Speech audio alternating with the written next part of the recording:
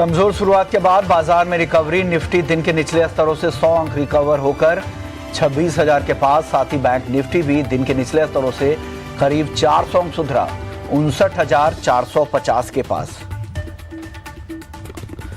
Auto शेयरों में 2 दिनों की रफ्तार थमी। आयशर और एमएनएम 1.5 से 2% गिरे। मारुति और टीवीएस मोटर में भी करीब 1% की गिरावट। वहीं सिटी ने हुंडई मोटर का लक्ष्य घटाया, 2% कमजोर। ब्रोकरेज की बुलिश आउटलुक से इंडिगो 2% से ज्यादा चढ़ा। मॉर्गन स्टैनली ने ओवरवेट रेटिंग के साथ दिया 6,359 रुपए का लक्ष्य। वहीं एलारा कैपिटल की खरीदारी की राय के साथ 6,020 रुपए का लक्ष्य।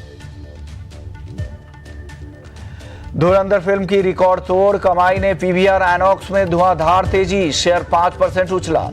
20 अक्टूबर के बाद इंट्राडे में सबसे बड़ा उछाल। हैदराबाद मल्टीप्लेक्स के विस्तार की खबर से भी मिला सपोर्ट। ट्रांसमिशन एंड डिस्ट्रीब्यूशन का बड़ा ऑर्डर मिलने से केईसी इंटरनेशनल करीब 2% ऊपर। 1,150 करोड़ रुपए का ऑर्डर मिला। प्रभुदास लीलाधर और मोतीलाल ओसवाल ने भी किया अपग्रेड।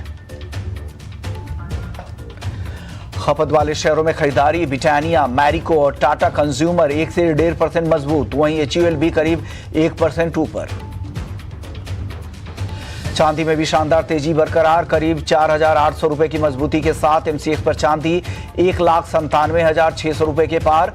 कॉमेक्स पर चांदी $63.5 के करीब। आज भी रिकॉर्ड निचले स्तरों पर रुपया $1 के मुकाबले रुपए का भाव 90 रुपए 77 पैसे तक लुढ़का। 1 महीने में 2% से ज्यादा की गिरावट।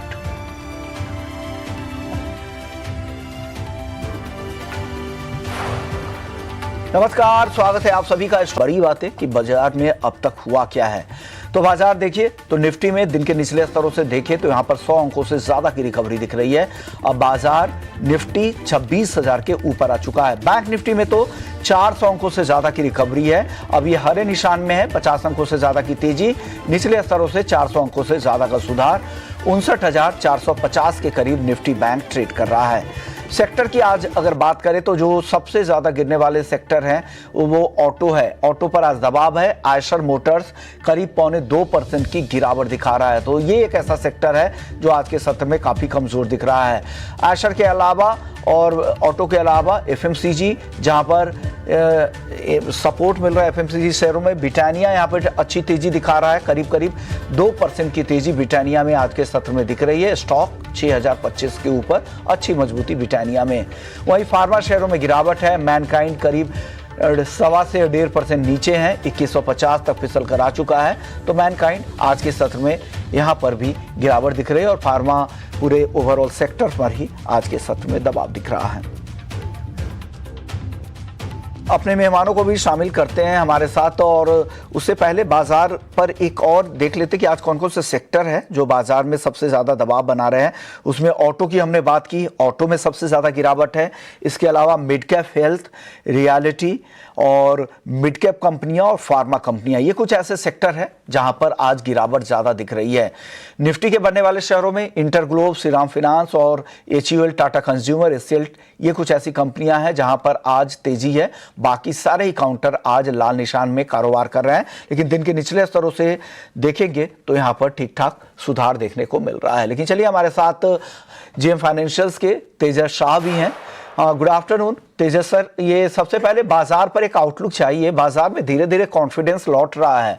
गुरुवार और शुक्रवार की जो तेजी थी तो वहां पर भी हमने देखा था अच्छा कॉन्फिडेंस बाजार में दिख रहा था। वही कॉन्फिडेंस वापस से लौटता दिख रहा है।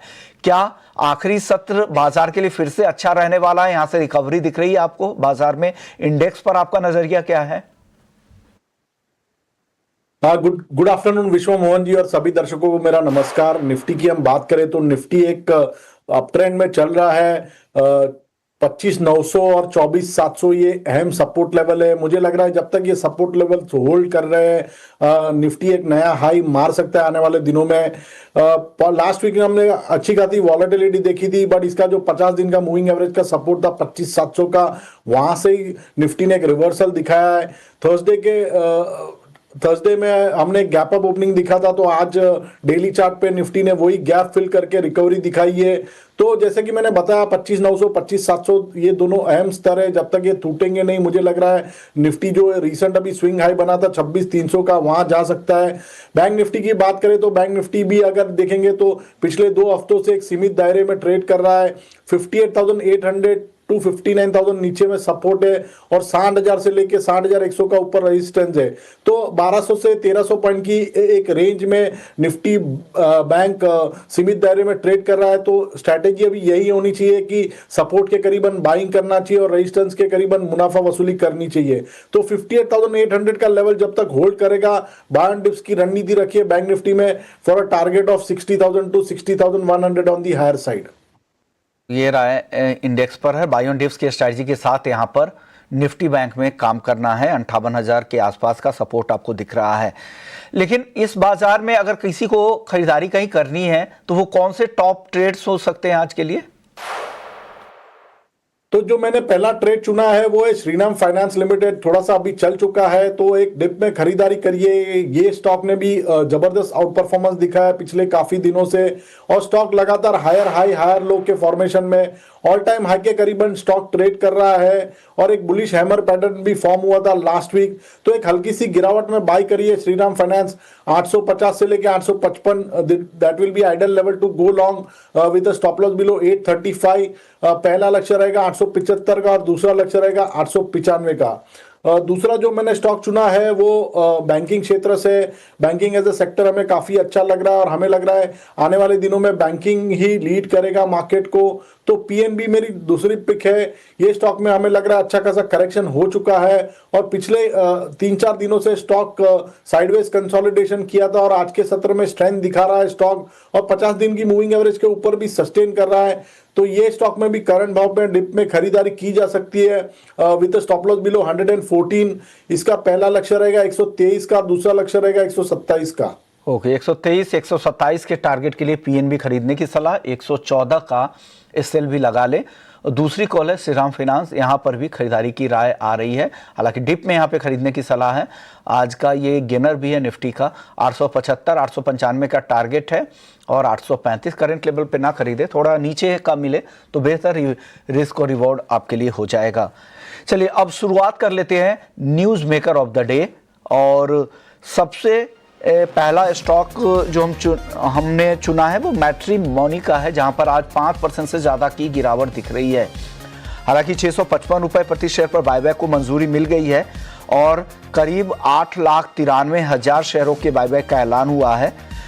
इस खबर के बावजूद हालांकि इस तरह की गिरावट दिख रही है मैट्रिमोनी पे, आपकी राय क्या है तेजस जी? देखिए मैट्रिमोनी की बात करें तो एक भारी गिरावट आई है, लेकिन इसका जो सपोर्ट है 500 से लेके 505 के बीच में काफी स्ट्रांग सपोर्ट है। तो मेरे हिसाब से फ्रेश बाइंग खरीदारी करने की राय नहीं है, लेकिन अगर किसी का पोजीशन है तो वो होल्ड कर सकते हैं with a positional stop loss below 485 और आने वाले दिनों में मुझे लग रहा है ये स्टॉक 540 से लेके 560 तक वापस जा सकता है। तो ये डिप में पैनिक होने की जरूरत नहीं है और 585 का एक ट्रेलिंग स्टॉप लॉस लगा सकते हैं फॉर लॉन्ग पोजीशन। 585 या 485 सर? सॉरी 485। ओके, 485 के ट्रेलिंग स्टॉप लॉस के साथ घबराया नहीं, यहाँ पर खरीद सकते हैं या होल्ड कर सकते हैं। ये सलाह मैट्रिमोनी के लिए तेजस जी के लिए है, तेजस जी की तरफ से है। टाटा पावर सर, FY30 तक ये कंपनी कुल क्षमता 30 गीगावाट करने का टारगेट तय किया है और जो प्लांट का जो वेफर प्लांट का कंस्ट्रक्शन है वो 1.5 से 2 साल में पूरा हो जाएगा, ऐसी कंपनी की तरफ से जानकारी दी गई है। और 10 गीगावाट इंगोट का कंस्ट्रक्शन भी 18 से 24 महीने में पूरा हो जाएगा और FY26 से 30 तक में कंपनी का जो कैपिटल एक्सपेंडिचर का जो लक्ष्य है वो 1.25 लाख करोड़ के ऊपर का है। टाटा पावर क्या रहा है सर? आज के सत्र में सुस्ती दिखा रही है कंपनी, लेकिन आगे क्या प्रोस्पेक्ट है सर टाटा पावर में? देखिए टाटा पावर की बात करें तो क्लियरली ये स्टॉक अंडर परफॉर्मर रहा है in the recent time. Lower top lower bottom के फॉर्मेशन है, प्लस 200 दिन और 50 दिन मूविंग एवरेज के नीचे कंसिस्टेंटली ट्रेड कर रहा है। तो मुझे लग रहा है ये स्टॉक में थोड़ा सा वेट एंड वॉच करना चाहिए। जब तक ये स्टॉक 390 391 का स्तर पार नहीं करता है, मुझे नहीं लग रहा कोई फ्रेश बाइंग मोमेंटम आएगा, तो टाइम बिंग अवॉइड करने की सलाह है। अवॉइड करने की सलाह यहाँ पर है टाटा पावर में। भारत रसायन बोर्ड ने 1:1 रेशियो में बोनस शेयर को मंजूरी दे दी है। भारत रसायन को लेकर क्या राय है सर? 2518 के आसपास ट्रेड कर रहा है आज। तो भारत रसायन की बात करें तो ये स्टॉक भी आज थोड़ा सा प्रेशर में है, लेकिन इसका जो पोजिशनल सपोर्ट है वो 2435 के करीबन है। तो जब तक ये स्टॉक 2435 के ऊपर ट्रेड कर रहा है, हल्का सा बायस पॉजिटिव है, तो मेरे हिसाब से जिसके पास पोजीशन है वो होल्ड कर सकते हैं विद स्टॉप लॉस बिलो 2435। तो भारत रसायन को लेकर ये बायोकॉन को लेकर खबर ये है सर कि नीदरलैंड में पेप्टाइड 1 और लिराग्ल्यूटाइड लॉन्च किया है, जो डायबिटीज के इलाज में इस दवा का इस्तेमाल किया जाता है। हालांकि बायोकॉन आज तो कमजोर दिख रहा है, आधे % के आसपास की गिरावट दिख रही है। बायोकॉन को लेकर सर क्या राय है? उनकी बात करें तो स्टॉक अभी एकदम इसकी जो 50 डे मूविंग एवरेज है उसके सपोर्ट के कगार पे ही खड़ा है। तो मेरे हिसाब से ये स्टॉक में करंट भाव पे डिप पे खरीदारी की जा सकती है। 375 का स्टॉप लॉस लगाइए और मुझे लग रहा है ये स्टॉक आने वाले दिनों में 405 से लेके 410 तक के भी लेवल दिखा सकता है। तो किसी के पास पोजीशन है तो होल्ड कर सकते हैं या तो फ्रेश खरीदारी कर सकते हैं विद स्टॉप लॉस बिलो 375। तो 375 के नीचे का स्टॉप लॉस लगा ले और होल्ड करने की सलाह यहां पर दी जा रही है। अगला स्टॉक है जो फॉर्मली श्रीराम ईपीसी के नाम से जाना जाता था, एसीपीसी लिमिटेड। ज्वाइंट वेंचर को एविएशन इंफ्रा प्रोजेक्ट के लिए 86 करोड़ का ऑर्डर मिला है और जेवी को बिहटा एयरपोर्ट पटना के डेवलपमेंट के लिए ऑर्डर दिया गया है। एसीपीसी को लेकर सर क्या राय है? आज तो जबरदस्त तेजी दिख रही है, आगे क्या करना चाहिए इतनी बड़ी तेजी के बाद? अब देखिए एसीपीसी की बात करें तो स्टॉक लगातार अंडर परफॉर्मर रहा है, लोअर टॉप लोअर बॉटम के फॉर्मेशन है। आज थोड़ा वॉल्यूम स्पाइकअप हुआ है, बट मुझे लग रहा है कि ऊपरी स्तरों से वापस थोड़ी हल्की सी मुनाफा वसूली हुई है स्टॉक में। 11:30 से लेके 12 के करीबन काफी स्ट्रॉन्ग रेजिस्टेंस जोन है। जब तक ये लेवल सरपास नहीं करता है मुझे कोई बड़ी तेजी की उम्मीद नहीं है, तो टाइम बिंग अवॉइड करें। और मैं एक डिस्क्लेमर देना चाहूंगा, ये स्टॉक में मेरा निजी निवेश है, तो please consult your financial advisor before taking any position. Okay, तो ये डिस्क्लेमर भी है, ये भी याद रखिएगा। और हम यहाँ एजुकेशन पर्पस के लिए शो चलाते हैं, तो अगर आप कोई भी निवेश या ट्रेड का फैसला लेने से पहले अपने फाइनेंशियल एडवाइजर्स और अपनी रिसर्च भी खुद जरूर कर लीजिएगा। अगला स्टॉक है अशोका बिल्डकॉन। ज्वाइंट वेंचर्स को, कंपनी की ज्वाइंट वेंचर्स को बीएमसी से 1041 करोड़ का ऑर्डर मिला है और इस ज्वाइंट वेंचर में अशोका बिल्डकॉन की 50% हिस्सेदारी है। आज 2.25% ऊपर है। अशोका बिल्डकॉन को लेकर क्या राय है तेजस सर?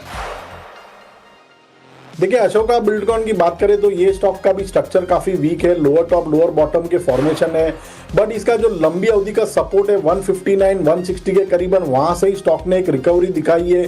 बाइंग मोमेंटम मुझे लग रहा है 180 के ऊपर ही आएगा, बट अगर किसी के पास पोजीशन है और लॉन्ग टर्म का अगर नजरिया है तो 159 के स्टॉप लॉस से होल्ड कर सकते हैं। किस तरह अशोका बिल्डकॉन आपकी तरफ से है। वोडाफोन आइडिया, बड़ी खबर यह आई कि एजीआर बकाये के लिए मॉरेटोरियम मिल सकता है 4 से 5 साल का, वो भी इंटरेस्ट फ्री। ये एक बड़ी अब खबर थी। शुरुआती कारोबार में हालांकि तेज था, अब लेकिन वो तेजी टिक नहीं पाई और अभी भी लगता है ये बड़ी राहत नहीं है। बाजार ने को लग रहा है कि इससे ज्यादा की उम्मीद थी जो ये खबर है। क्या लग रहा है सर, आज की गिरावट को आप कैसे देखते हैं? वोडा आइडिया मौका है या फिर से यहाँ धोखा ही मिलेगा? मुझे लग रहा है ये स्टॉक में मुनाफा वसूली करनी चाहिए, या तो स्टॉक जो है 10.5 के स्टॉप लॉस से होल्ड कर सकते हैं। फ्रेश खरीदारी की राय नहीं है, बट ऊपरी स्तरों से मुझे लग रहा है हल्की सी मुनाफा वसूली आ सकती है। तो किसी के पास लॉन्ग पोजीशन है तो 50% पोजीशन में प्रॉफिट बुक कर सकते हैं और रिमेनिंग पोजीशन में एक 10.5 रुपए का ट्रेलिंग स्टॉप लॉस लगा के होल्ड कर सकते हैं। तो 50% आप प्रॉफिट भी बुक कर सकते हैं और 50% पोजीशन को 10 रुपए 50 पैसे के स्टॉप लॉस के साथ कैरी कर सकते हैं। ये सलाह तेजस जी की तरफ से है। अब अगला जो स्टॉक है वो है केईसी इंटरनेशनल का, और खबर ये है कि इस ट्रांसमिशन एंड डिस्ट्रीब्यूशन में कंपनी को 1150 करोड़ का ऑर्डर मिला है। 150 मेगावाट थर्मल पावर प्लांट के लिए ये ऑर्डर कंपनी को दिया गया है। आज इस ऑर्डर की खबर से 2.25% की तेजी है, 706 रुपए के ऊपर। क्या करना चाहिए सर केईसी इंटरनेशनल में, तेजस जी? केईसी इंटरनेशनल की बात करें तो स्टॉक एक बेस बनाने की कोशिश कर रहा है in the range of 670 to 680 level, और इसका जो ब्रेकआउट लेवल है वो 723 से लेके 725 के करीबन है। आज भी स्टॉक ने एग्जैक्ट रेजिस्टेंस जोन से ऊपर से मुनाफा वसूली आई है, तो मुझे लग रहा है ब्रेकआउट के लिए वेट करना चाहिए। अगर 725 के ऊपर डिसिसिवली क्लोज आता है तो एक फ्रेश बाइंग मोमेंटम आएगा स्टॉक में, और in that case stock can test the level of 755 to 770 on the higher side. So wait करिए ब्रेकआउट के लिए अबव 725। ओके, तो ये इंतजार कीजिए इस ब्रेकआउट लेवल के लिए, उसके बाद फिर नई पोजीशन पर आप फैसला करें। एक स्टॉक है पीवीआर आइनॉक्स का, ये काफी चल रहा है। धुरंधर फिल्म की रिकॉर्ड तोड़ कमाई ने पीवीआर आइनॉक्स में धुआंधार तेजी है। साथ ही दूसरी खबर ये है कंपनी से जुड़ी हुई कि हैदराबाद मल्टीप्लेक्स के विस्तार की खबर से भी यहाँ पर सपोर्ट मिला है। तो ये दो ऐसे अपडेट्स है जिसका फायदा यहाँ पर मिल रहा है। लेकिन ये धुरंधर फिल्म को लेकर जिस तरह के रिव्यूज आए हैं, उसके बाद रिकॉर्ड तोड़ कमाई आज देखिए 4.5% से ज्यादा तेज दिख रहा है। क्या करना चाहिए पीवीआर आइनॉक्स में इतनी तेजी के बाद, तेजस जी? देखिए स्टॉक जो है कंसोलिडेशन मोड में चल रहा है। ऊपर में 1135 से लेके 1145 के बीच में रेजिस्टेंस है, और एट द सेम टाइम नीचे में 1040-45 के करीबन अच्छा खासा सपोर्ट है। तो मेरे हिसाब से सपोर्ट में लेना चाहिए और रेजिस्टेंस पे मुनाफा वसूली करनी चाहिए। अगर किसी के पास लॉन्ग पोजीशन है तो बने रह सकते हैं विद स्टॉप लॉस बिलो 1060 के नीचे का स्टॉप लॉस लगा के आप इसमें बने रह सकते हैं। तो ये है पीवीआर आइनॉक्स को लेकर राय। चलिए वक्त है ब्रेक का, ब्रेक के बाद लौटेंगे तो कुछ